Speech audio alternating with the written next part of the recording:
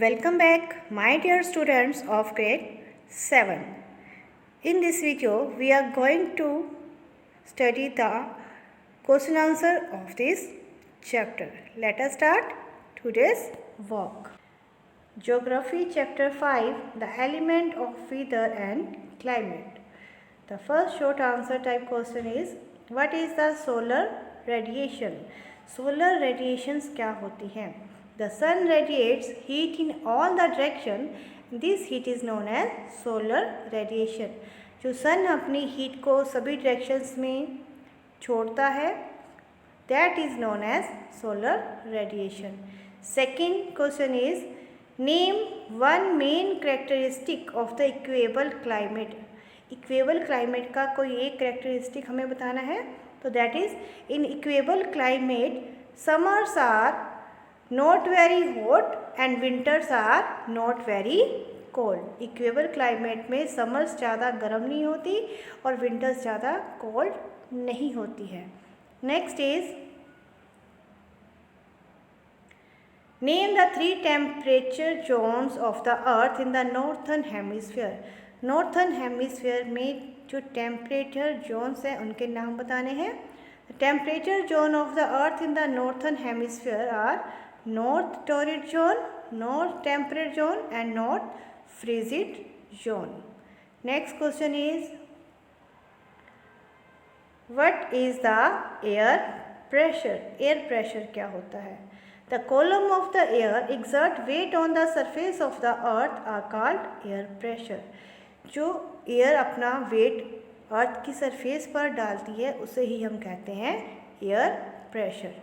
Next है, name 3 types of rainfall. इसमें हमने बताना है 3 तरह की रेनफॉल कौन कौन सी होती है.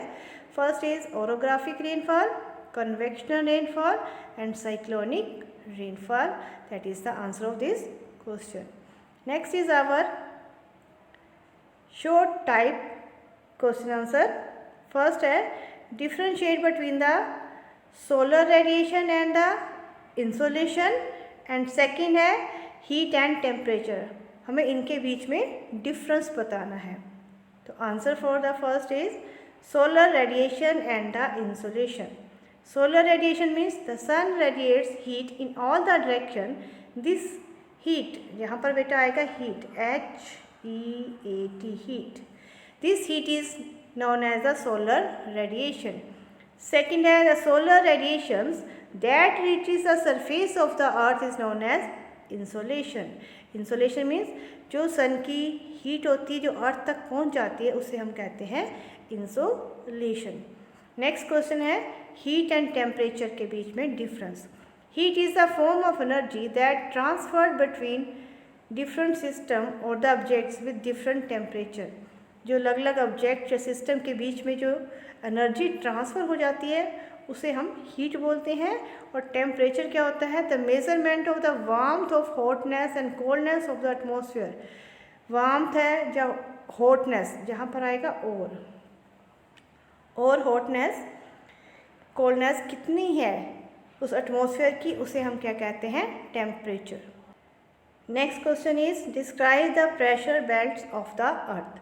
Atmospheric pressure belts can be divided into 4 broad categories. First is equatorial low pressure belt between 10 degree to 15 degree north and south of the equator. Second is subtropical high pressure belt 30 degree to 35 degree north and south of the equator. Subpolar low pressure belt 60 degree to 65 degree north and south of the equator. Polar high pressure belt near the north and the south pole. So these are the 4 pressure belt of the atmosphere or on the earth. Next is our long answer type questions. First है, explain the factors influencing the atmospheric pressure. Atmospheric pressure को affect करने वाले, influence करने वाले factors कौन कौन से हैं उसके बारे में हमने बताना है. The atmospheric pressure varies from place to place and time to time. The factors responsible for this variations are, जो एटमॉस्फेरिक प्रेशर है हर प्लेस पे और हर एक टाइम पे अलग अलग होता है और इसको इफ़ेक्ट करने वाले अलग अलग फैक्टर्स हैं. The first one is temperature. Warm air is lighter then the cool air. Air expands on heating and occupies larger space and rising upwards. Thus, higher the temperature, lower is the pressure. जितना temperature higher हो जाएगा उतना ही pressure low होता जाएगा. Lower the temperature, higher is the pressure. Next is water vapours. The more contents of the water vapor is in the air, the lighter it since water vapors lighter than the air. जितने ज़्यादा water vapours means moisture जितना ज़्यादा air में होगा water vapours होंगे उतनी ही वो air lighter हो जाएगी, क्योंकि वाटर वेपर्स क्या होते हैं, एयर से लाइट होते हैं, हल्के होते हैं. Last is altitude. Altitude means कितनी हाइट पे है. There is a direct relation between the altitude and the pressure. Atmospheric pressure decreases with the increasing the height. जैसे जैसे हम हाइट पे जाते हैं एटमॉस्फेरिक प्रेशर कम हो जाता है. It is highest at the sea level, but that decreases upward as the density of the air decreases. ये sea level के आसपास हाई होता है और जैसे जैसे हम आगे अपवर्ड मतलब हाइट की तरफ पहुंचते जाते हैं density of the air decrease होनी शुरू हो जाती है. नेक्स्ट क्वेश्चन है आप is describe the 3 types of planetary winds. 3 तरह की प्लैनेटरी विंड्स के बारे में बताना है कौन कौन सी होती हैं. There are 3 chief types of permanent winds, trade winds, the westerlies and the polar winds. Permanent winds कौन सी होती है, जो हमारे प्लैनेट मीन्स अर्थ के ऊपर एक पूरा साल चलती हैं और एक ही डायरेक्शन में फ्लो करती रहती है, उसे हम कहते हैं परमानेंट विंड्स या प्लैनेटरी विंड्स.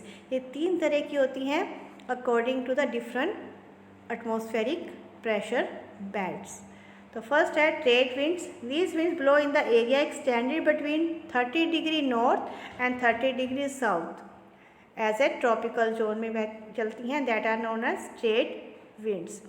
नेक्स्ट है the westerly. These winds blow from the 2 sub tropical high pressure belts to sub polar low pressure belt. जो सब ट्रॉपिकल हाई प्रेशर बेल्ट होती है वहाँ से सब पोलर लो प्रेशर तरफ चलती हैं. एंड देयर जर्नी blow from the west to east. West से ईस्ट की तरफ चलेंगी. Polar winds. There is a very high pressure over the poles. Poles में हमेशा हाई प्रेशर होता है और वहाँ पर कोल्ड कंडीशंस रहती है, हमेशा ठंड रहती है. These cold winds blow from the polar high pressure belt to sub polar low pressure belt की तरफ चलेंगी. उन्हें हम कहते हैं पोलर विंड्स. जो पोल की एरिया से सब पोलर एरिया की तरफ आती है, these are polar winds. Clear that these are different according to the different atmospheric pressure bands. Next question is our the amount of insolation decreases from the equator towards the poles. जैसे जैसे हम equator से poles की तरफ जाते हैं, insolation means जो आपकी सन की हीट है, रेडिएशंस है जो अर्थ रिसीव करती है, धीरे धीरे कम होती जाती है. क्या कारण है? Insolation comes through vertical rays on the equator. जो इंसोलेशन जो होती है इक्वेटर पर हमेशा वर्टिकल सीधी आती है. Thus it covers up less space but we feel more heat. तो वहाँ पर लेस स्पेस होती है, कम एरिया में आती हैं, तो जहाँ पर हीट ज़्यादा हो जाती है. पर जैसे जैसे हम पोल्स की तरफ जाते हैं the sun rays become slanting. Slanting यानी हल्की सी टेढ़ी हो जाती हैं, स्लांटिंग हो जाती है. This is reason why amount of insolation decreases from the equator towards the pole. यही कारण है कि अमाउंट ऑफ इंसोलेशन इक्वेटर से पोल्स की तरफ जाते हुए कम होनी शुरू हो जाती है. तो that's all about this question answer of this chapter. You can also see the videos of this chapter to understand the concept more clearly. Thank you for watching this video.